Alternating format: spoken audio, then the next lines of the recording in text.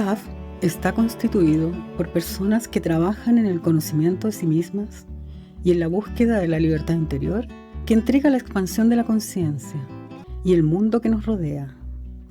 Este trabajo se realiza en la vida diaria con herramientas tales como la meditación, la reflexión y el estudio de enseñanzas que forman parte de la tradición espiritual de la humanidad, buscando valores que ayuden a expandir la capacidad de amar.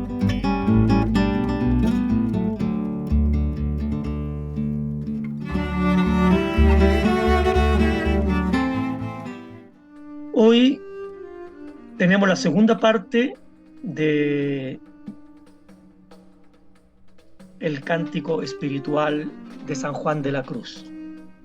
San Juan de la Cruz, un poeta místico, cristiano, que pudo expresar con profundidad y belleza este misterio de la unión divina.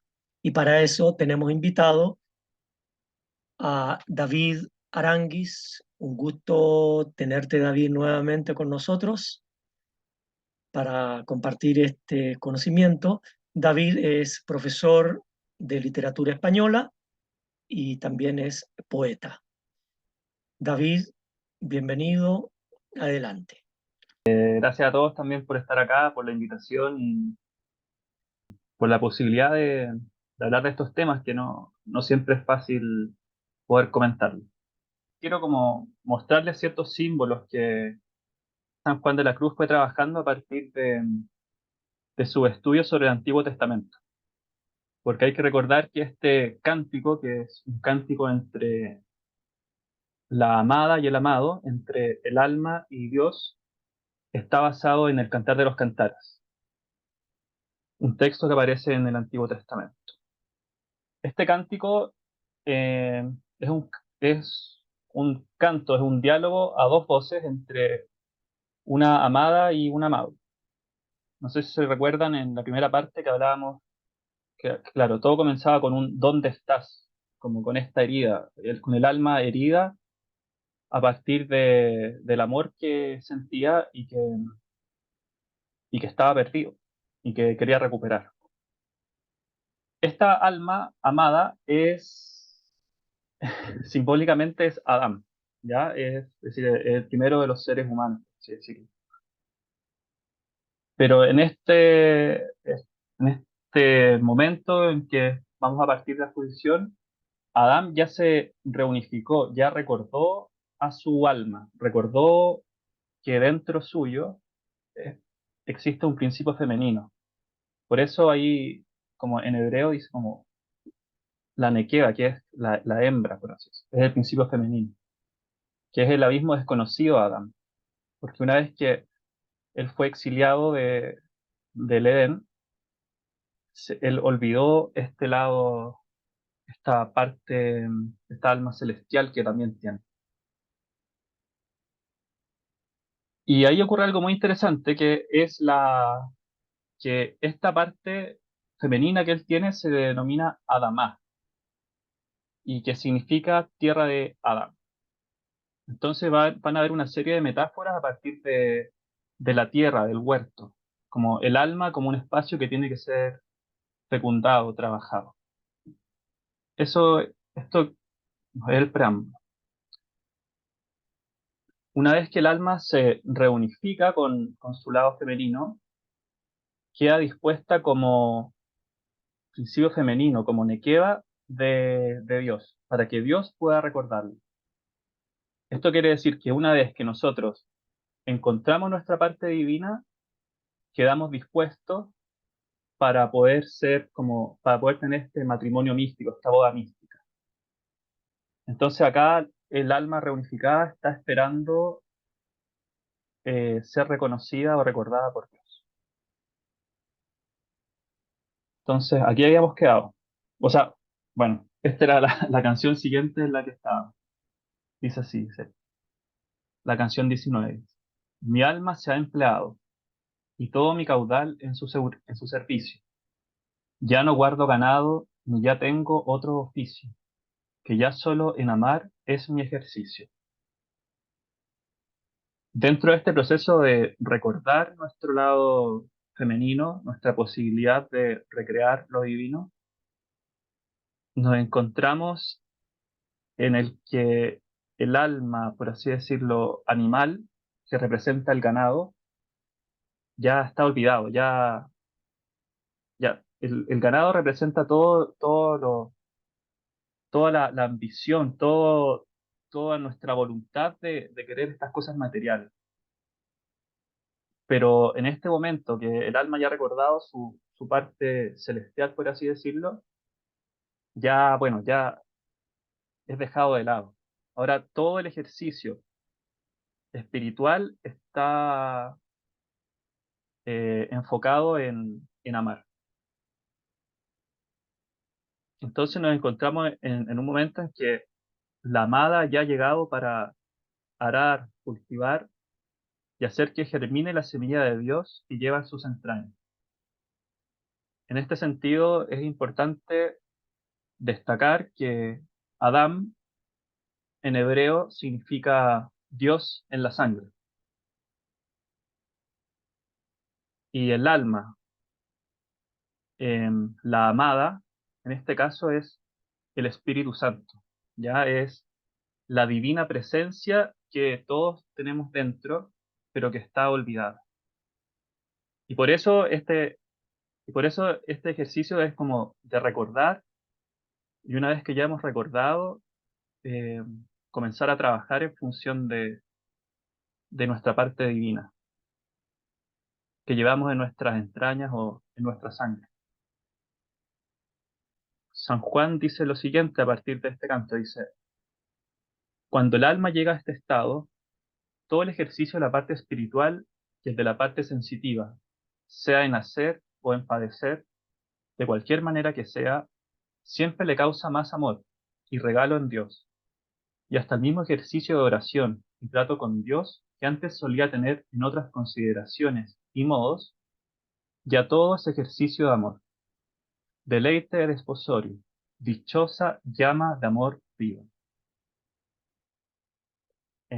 Ahí yo destaqué el concepto de llama de amor viva, que es un concepto, que es el último concepto que trabaja San Juan de la Cruz, que ya es cuando nuestro corazón, que fue penetrado por esta flecha de fuego que es Dios, una vez que nos hirió por su ausencia, ya se enciende. El, Nuestro corazón es como un carbón que se va quemando hasta ya quedar transparente, como un diamante. Entonces, como les decía, claro, el ganado en esa canción es símbolo del placer, la posesión y el poder. Estos tres elementos son los que llevan al alma a producir esperanzas, goces, dolores y temores que son inútiles. Hay que recordar que el amor significa también estar vacío. Y el amor divino, San Juan decía, yo quiero que estar en un altar, pero un altar que esté vacío, ¿no? No, no quiero estos temores inútiles por posesiones, apegos o lo que sea. Eh, Dios busca que haya un vacío para poder estar ahí. No, dice que todo lo demás es inútil. Y en ese sentido, solo la fuerza del amor, que es reconocer también que nuestra existencia, que también se sostiene sobre el vacío, es la que va a permitir nuestra transformación. Esta transformación que les decía que es como esta llama de amor viva. Nuestro corazón en esta vez que está ardiendo ya de amor y se está transformando por ese mismo ejercicio en algo transparente. Continúo con el canto. Acá está hablando la amada. Dice, de flores y esmeraldas, en las frescas mañanas escogidas, haremos las guirnaldas en tu amor florecidas, y en un cabello mío entretejida. En solo aquel cabello que en mi cuello volar consideraste, mirástele en mi cuello, y en él preso quedaste, y en uno de mis ojos te llagaste. Entonces, acá el alma ya se encuentra trabajando, por así decirlo, su huerto. Es una tierra, un huerto, en este caso, que ya está floreciendo gracias al amor de Dios. Y a partir de ese florecimiento de las flores, en las frescas mañanas escogidas, es decir, las mañanas representan acá la posibilidad de renacer. Y lo fresco, el rocío, también tiene que ver con eso, con la posibilidad de volver por así decirlo, a crecer. Ya tiene que ver con el renacer. Entonces, y con ese material, con el material que ya está renaciendo, es que se va a hacer una guirnalda que se va a prendar en el cuello. Y en el cuello, el mismo amado, el mismo Dios, se va a ver a sí mismo, va a ver a su fruto mismo. Y ahí dice esto que es como medio enigmático, que dice, en él preso quedaste, y en uno de mis ojos te llagaste. Mirando, por así decirlo, su propio fruto, él también se hiere un poco así, se genera una herida en el ojo.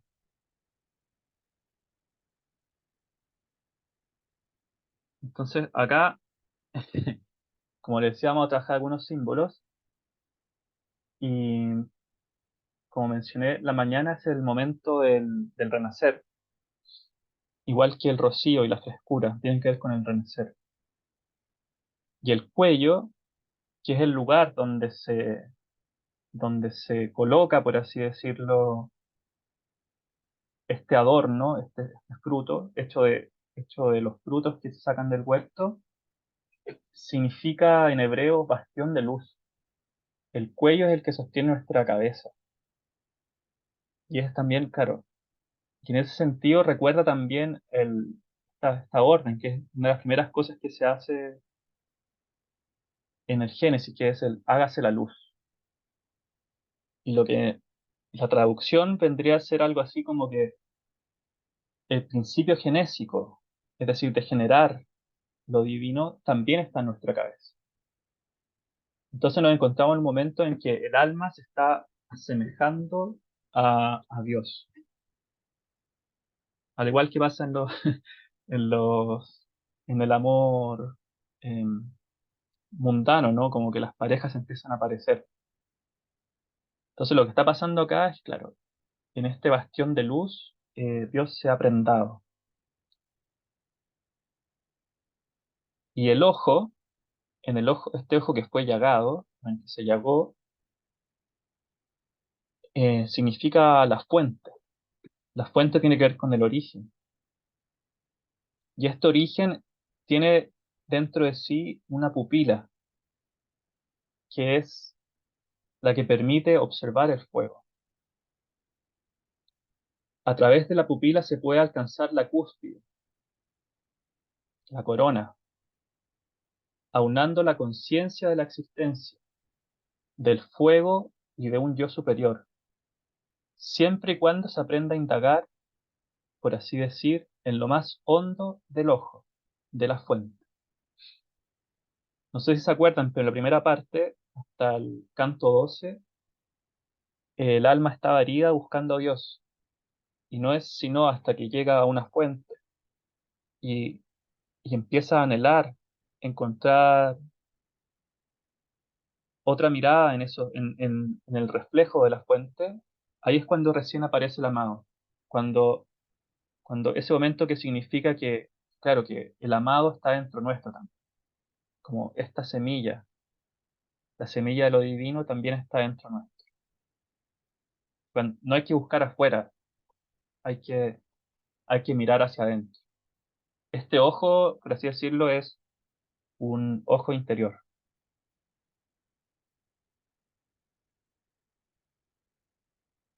Y como dice Meister Eckhart, dice, el ojo en el que veo a Dios es el mismo ojo en el que Dios me ve.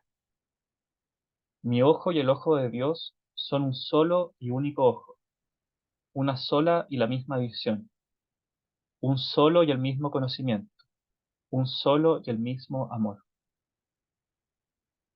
En este momento lo que está ocurriendo es un poco esto, esta unión entre Dios y el alma, en el que, claro, son uno solo. Cuando en presencia, cuando uno está viendo lo divino, claro, es una única cosa, por así decirlo, una única visión. Bueno, eso. Em, para seguir con las relaciones alegóricas, por así decirlo, y con el simbolismo de la tierra, hay que recordar también que Yahvé, Elohim, forma a Adán del polvo sacado de la tierra. Entonces el polvo, la tierra, encarna las potencias múltiples que, aunque estén aunque de forma inconsciente, dentro nuestro, tienen la posibilidad de generar vida. ¿Ya?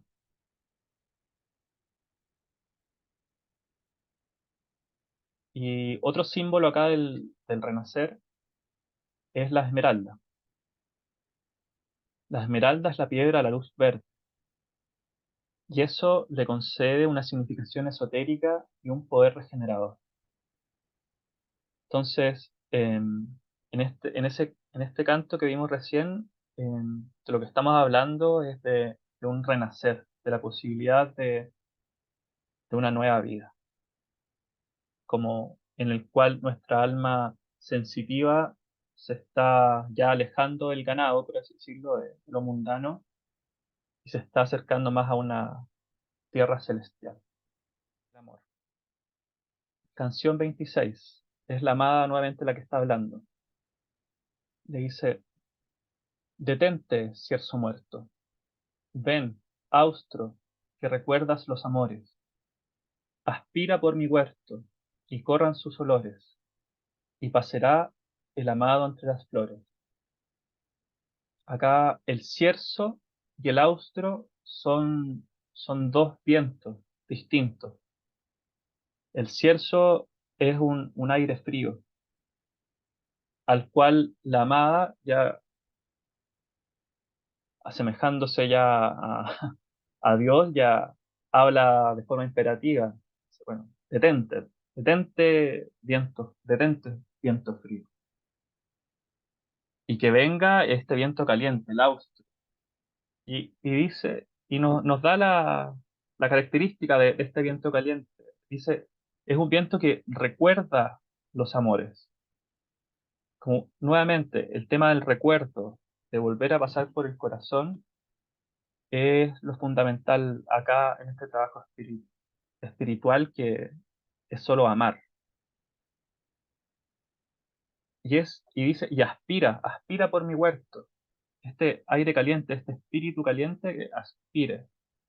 ¿Para qué? Para que el amado pueda yacer, pueda estar tranquilo entre las flores que él mismo está ayudando a crecer. Entonces, es importante recordar que nuestra alma es el eje de la existencia humana, porque solo mediante su reconocimiento y su trabajo se va a posibilitar el repliegue de la fragmentación, es decir, de sentirnos separados, de no sentirnos como una unidad. Y esta fragmentación llevada hasta la última unidad posible para goce del humano. La fragmentación que finalmente podemos como revertir mediante nuestro trabajo espiritual en el huerto.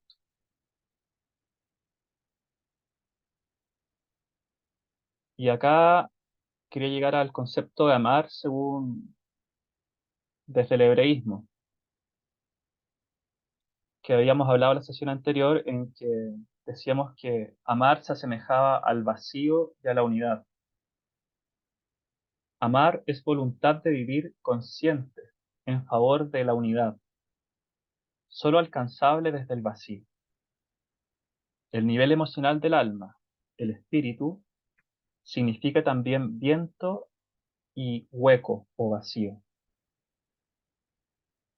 Y el concepto de amar está compuesto por estas 4 letras, que la primera es el Aleph, que significa el infinito, se lee atrás para adelante, esa como una X, es el infinito. Luego viene esta letra que representa el aliento, el espíritu. Luego viene una vasija, y luego viene el espíritu de nuevo.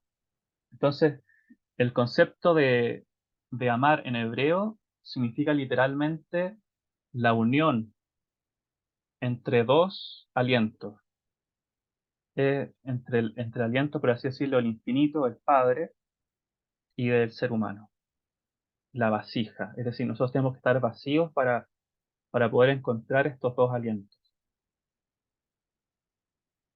Entonces, bueno, es un hallazgo muy bonito para mí, y, y se lee como Ahava. Ahava. Hay 2 alientos ahí que se unen en la misma palabra.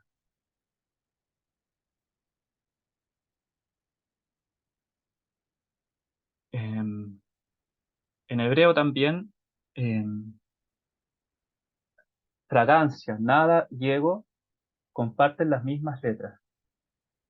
Y recuerden qué es lo que le estaba diciendo al viento. Dice, aspira por mi huerto. Viento que recuerda los amores, aspira por mi huerto. Lo cual nos da a entender la importancia de la respiración dentro del proceso de iluminación desde un punto de vista de este universo hebreo. Es importante la respiración de este aire caliente. Y esta fragancia se vincula con la nada y el ego.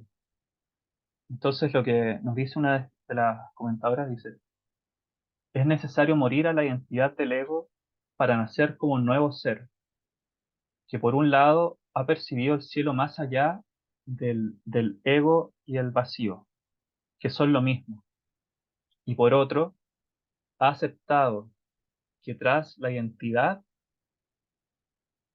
el vacío sustenta todo.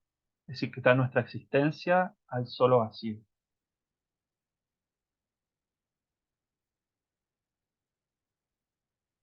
Y una vez que el alma ha encontrado esto, empieza a haber una unidad. Y de hecho en la siguiente canción, que es la 27, no habla ni el amado ni la amada, sino que hay una tercera voz, una voz narrativa, y que representa en el fondo el fin de la dualidad. Ya no hay ni amado ni amada, ni hombre ni mujer, por así decirlo, ni principio femenino ni masculino, sino que están siendo solo uno. Y por primera vez se nos habla ya de la esposa. Entonces dice esta voz narrativa, dice, entrádose, se ha entrado, la esposa, en el ameno huerto deseado, y a su sabor reposa, el cuello reclinado sobre los dulces brazos del amado. Entonces, ahora la esposa misma también ya está entrando en su propio huerto. La amada ya está entrando en el huerto deseado. Y con el cuello, con su bastión de luz, sobre los dulces brazos del amado. Entonces, el abrazo en este caso sobre el cuello,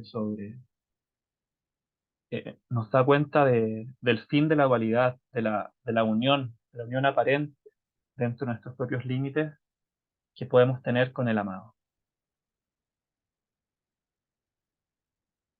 Dice San Juan de la Cruz sobre esto, dice, consumado este espiritual matrimonio entre Dios y el alma, son 2 naturalezas en un espíritu y amor de Dios.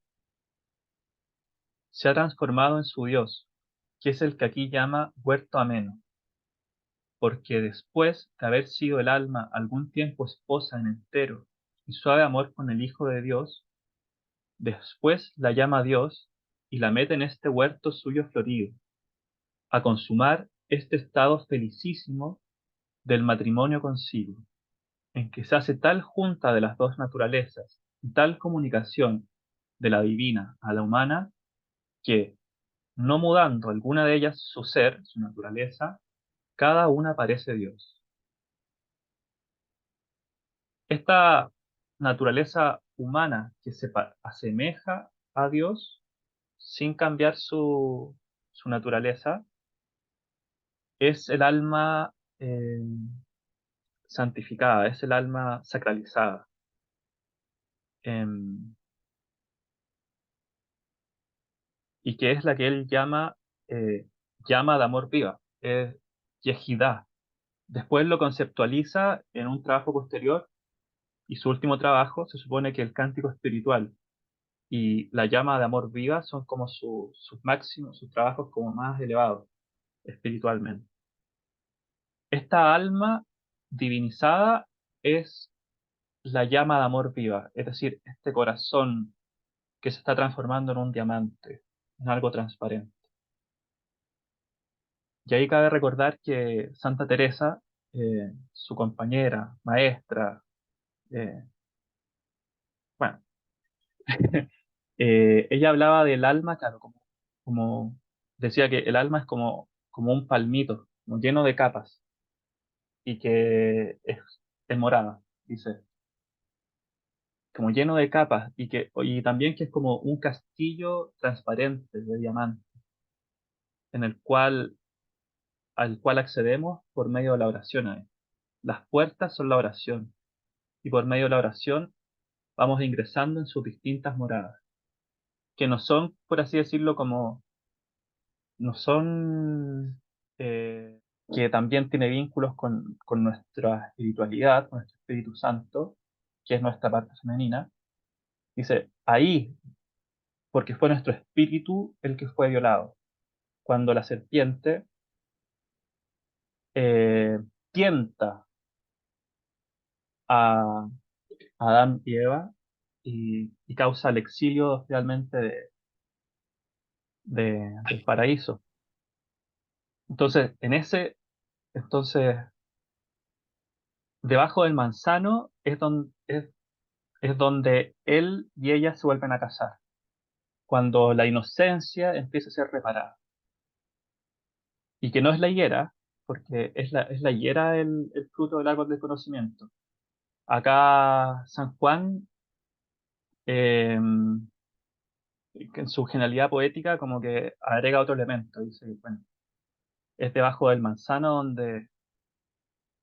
es donde ellos se van a volver a casar. ¿Por qué? Porque el manzano representa el fruto más dulce y que es la inocencia.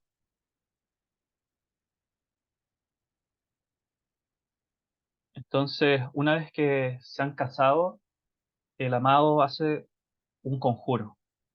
En las canciones 29 y 30, esto es un conjuro. Entonces dice, empieza a llamar a los elementos para ordenar, dice, a las aves ligeras, leones, ciervos, gamos saltadores, montes, valles, riberas, aguas, aires, ardores y miedos de las noches veladores. Por las amenas liras y canto de serenas os conjuro, que cesen vuestras iras, y no toquéis al muro, porque la esposa duerma más seguro.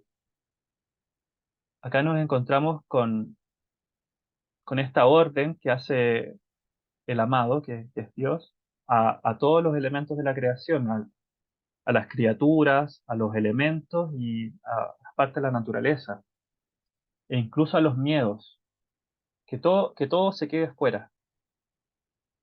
Hay un muro separándolo, que en el fondo nos está hablando de una bodega, de una cueva, de un espacio protegido.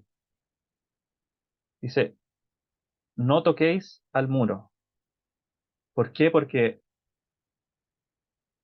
en ese dormir de la esposa, en este dormir del alma, en esta noche, él en el fondo la está educando, le está enseñando ciertos secretos que, que se van a aprender de forma pasiva. Quizás son incomunicables.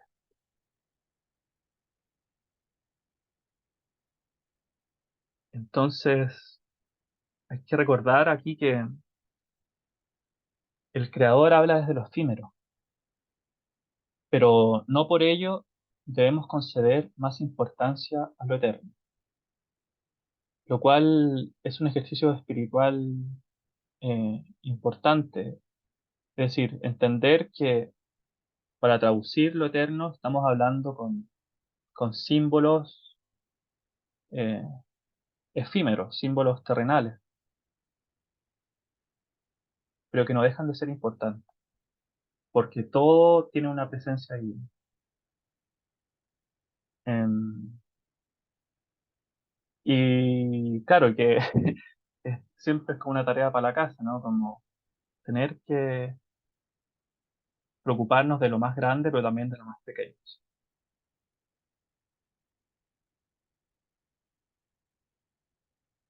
Entonces, canciones 33 y 34.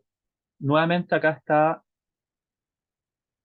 está la voz narrativa, ya lo que nos está dando cuenta que están en un estado de unión, de éxtasis.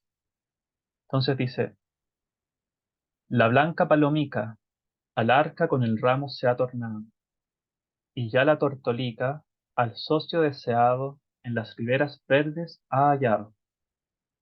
En soledad vivía, y en soledad ha puesto ya su nido, y en soledad la guía, a solas su querido, también en soledad de amor herido.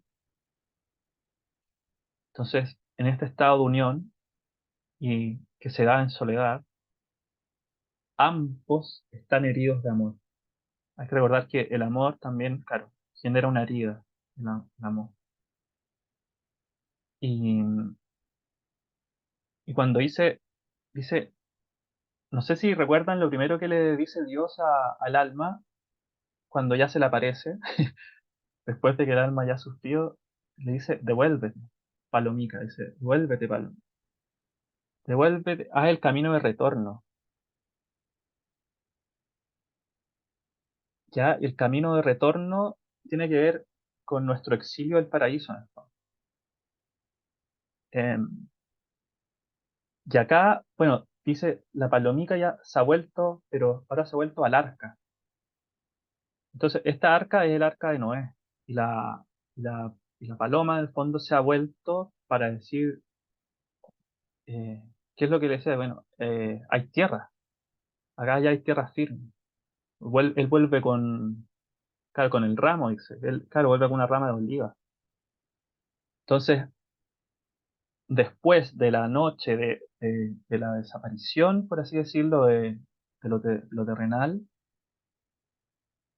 eh, ahora vuelve la paloma y le dice, bueno, ya hay tierra de nuevo. Esta tierra, este huerto que ya trabajaste, bueno, ya hay una tierra. Y ahí, en las riberas verdes, encuentra dice, al socio deseado. Y, y cómo vive, vive en soledad, en una soledad radical. Una soledad radical es donde pone su nido.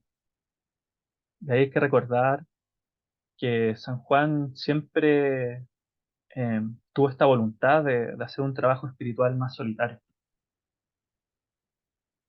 Y esta soledad radical también se ha entendido también como el vacío.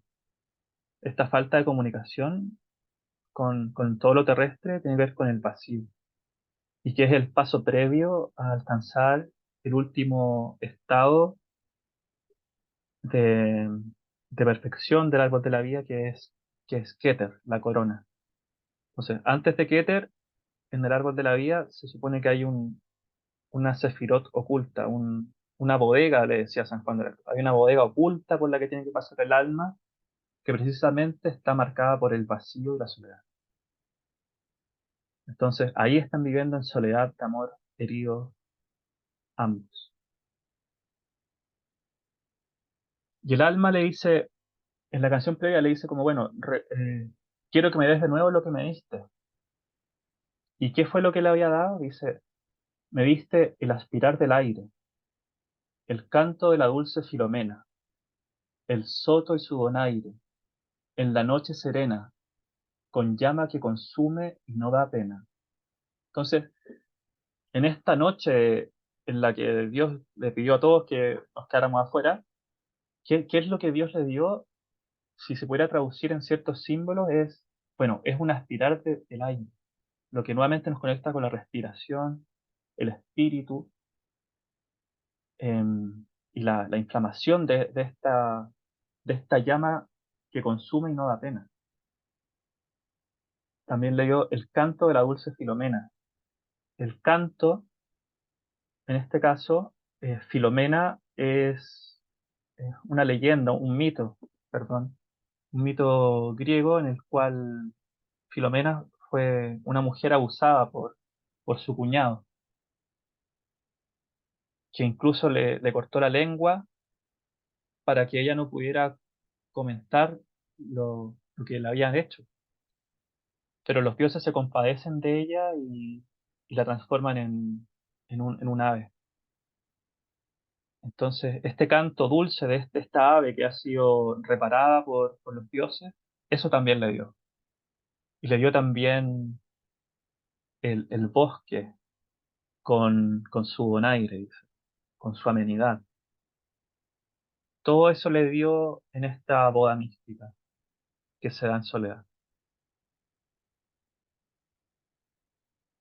Y la última canción dice así, habla nuevamente la voz narrativa, lo cual nos da a entender que son uno solo, es uno. En el canto 39 es la unidad. Y en esta unidad dice que nadie lo miraba, Aminadab tampoco parecía, y el cerco sosegaba, y la caballería a vista de las aguas descendía. Este último cántico, por así decirlo, tiene que ver con la unión y la protección. Y también, claro, dice, bueno, que nadie lo miraba, con lo que no puede ser visto. Aminadab representa acá a los faraones, por así decirlo, a los dueños del mundo. Los faraones están lejos también de acá. El cerco, es decir, como en lenguaje militar, el cerco es el asedio, ¿no? El asedio ya sosegaba, se tranquilizaba, ya no servía. Y la caballería, viendo, viendo las aguas, descendía, es decir, se iban y los dejaban solos. Em, es, esto es el cántico espiritual de San Juan de la Cruz. Acá termina. Este es el último canto.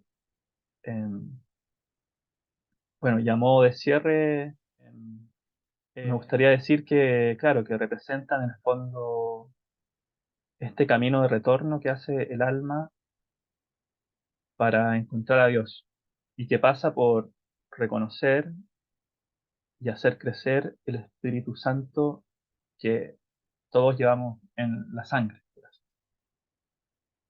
Eso. Muchas gracias.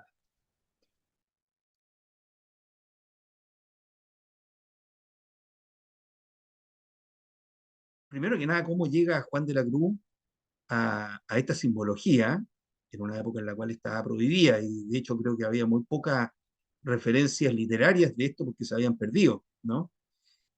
En el incendio de la biblioteca de Alejandría. Pero además, ¿cómo sobrevive a esto? Porque derechamente está invadiendo un territorio que va mucho más allá de la iglesia. No sé cómo no lo mandaron a la hoguera o algo peor, la Santa Inquisición. O sea, ¿qué nos puede abundar ahí en él? Primero, ¿cómo llega él a esta simbología? Y segundo, ¿cómo libra, ¿no?, del castigo eterno? Bueno, parto por el final, que bueno, en verdad él no libró, al final él muere casi preso, como que Y de hecho, una de las cuentan las anécdotas que en su lecho de muerte, cuando estaban leyendo como las oraciones, como para ya despedirlo, él dice, bueno, no, no, léanme el cántico, léanme el Cantar de los Cantares, que es el texto en el que él se basó para hacer este cántico espiritual, que en el fondo es como una interpretación que él hace de este amor entre, bueno, entre el alma y Dios. No, él no se salvó. Y de hecho, el cántico espiritual, él lo comienza a escribir preso también. Lo tenían en una especie de letrina, en el cual lo sacaban una vez por semana y le daban azotes mientras los otros comían, porque como él era un reformador, como con voto de pobreza y con vocación cartuja, claro, pues a los otros carmelitas, los que no eran, a los calzados que le dicen, no les gustaba. Así que no se salvó. Pero, y fue en esta misma experiencia en el cual su cuerpo fue lastimado, como que toda su vida, toda su alma, por así decirlo, sensitiva, fue herida, le dio la fuerza para hacer este cántico. Como que en vez de perderse en el dolor, él logró elevarse y sobreponerse a la tortura, en el fondo, que le estaban infligiendo. Pero no se salvó. No. Mm. Pero lo que da cuenta es de su fortaleza interior. Y respecto al tema del hebreísmo, las referencias de San Juan de la Cruz, la mayoría son del Antiguo Testamento. Entonces, por eso se permite esta lectura en el cual se ven los símbolos. Y, por ejemplo, esta misma conceptualización del alma unificada como llama de amor viva viene del hebreo. Entonces, hay hartas conceptualizaciones que él hace dentro de este poema que dicen que entonces los hebreístas lo vieron y dicen, "Oye, esto es nuestro, es parte, es apropiación cultural nuestra". Y Santa Teresa, cabe recordar que también ella fue judeo-conversa.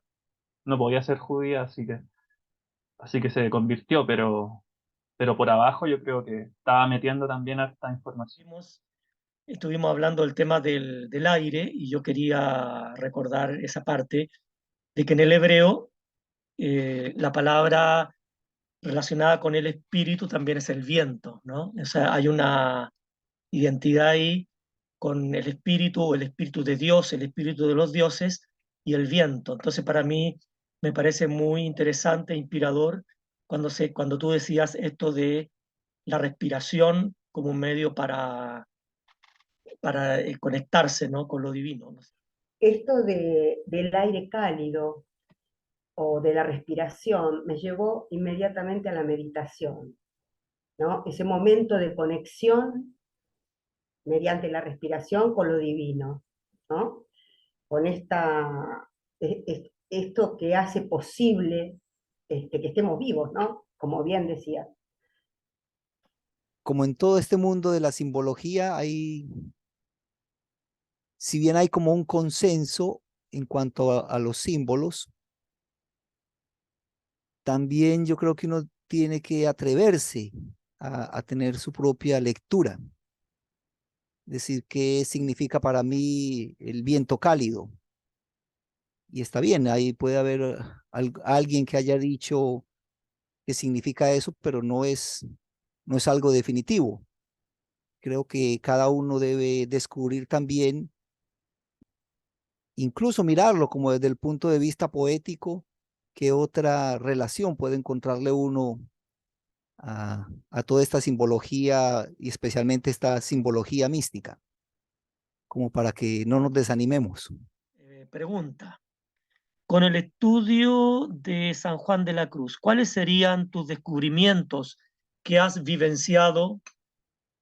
Pero estudiando San Juan de la Cruz, en este mismo cántico espiritual, llegué al concepto, por ejemplo, de rayo de tiniebla.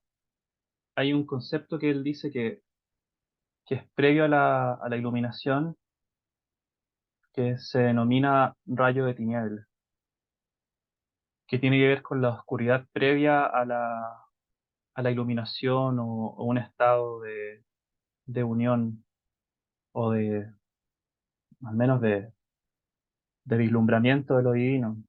Entonces, entonces todo este camino de estudiar a San Juan de la Cruz, efectivamente como que va reflejando experiencias que uno puede haber vivenciado. Y claro, yo me acuerdo en un momento que hice un retiro de silencio en el cual con, con budistas, se llama Vipassana, son 10 días de silencio. Me acuerdo que ya, claro, yo al quinto, sexto día yo ya estaba, eh, me sentía ya bien con mi mente, como ya, ya, esto es ansiedad, esto es pena, esto es lo que sea. Hasta que en un momento de repente siento así una oscuridad que me dio miedo, algo muy grande, como un vacío, claro. Y ahí, claro, como yo me salí de mi estado meditativo, como me dio miedo. Y estudiando a San Juan de la Cruz, llegué a ese concepto del rayo de tiniebla. Y, y en ese sentido dije, chuta, bueno, sí, pues sí, quizás fue algo así, pues este vacío, este miedo a... Yo, claro, tengo miedo al vacío. Bueno, Santa Teresa también dice que pone, ella dice que Dios pone a prueba nuestros corazones muchas veces. Como, y lo que San Juan dice a partir del rayo de tinieblas es que, claro, pues, uno tiene que tener la voluntad de aguantarlo, de soportarlo. Entonces, si uno no está listo para determinadas experiencias místicas, claro, uno no va a poder, ¿no? Entonces, claro, el estudio de San Juan me ha llevado un poco a eso, también a poder ver también quizás lo que han hecho otras cosas, otras personas o cómo lo han experimentado ellos. Pero yo creo que el libro está lleno de, por así decirlo, de joyitas o de conceptos que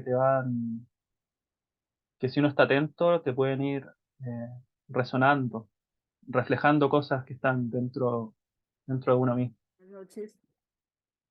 A propósito del vacío, la dama gran maestra en el mensaje de plenilunio dice, la renuncia está en el instante presente. Y más adelante, en ese renunciar se produce un vacío dentro de mí. Y yo creo que ese vértigo que se siente en ese instante presente es justamente que la mente está habituada a estar o en el pasado o en el futuro, desconectados de la presencia. El vértigo es, o el miedo es encontrarnos con esa presencia. Después ella dice, bueno, ¿y qué encontramos? ¿Qué encuentro? Dice, silencio insondable, infinitud, lo desconocido. No hay diferenciación, solo presencia. Y después, eso es liberación. La libertad a veces asusta, da vértigo, pone el poder de la responsabilidad en mis manos. Por ahí es que yo creo que nos da miedo asumir esa responsabilidad, pero ¿responsabilidad de qué? Pues que somos creadores. Es decir, solo desde la presencia y el vacío es desde donde uno podría potenciar o gestar algo nuevo. Entonces ella pregunta, ¿elijo quedarme en la seguridad que me da pensar que no tengo ningún poder para cambiar algo? ¿O elijo osar, poner en marcha mi potencial para ser un ser humano integral, pleno y con la capacidad de crear el bien a mi alrededor?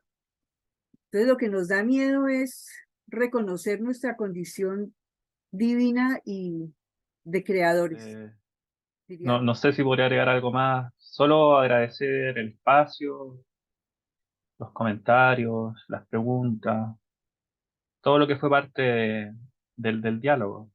Solo eso. Muchas gracias. Deseamos dejarles cordialmente invitados a nuestro próximo encuentro y por favor no olviden de compartir e invitar a sus familiares y amigos. Tengan todos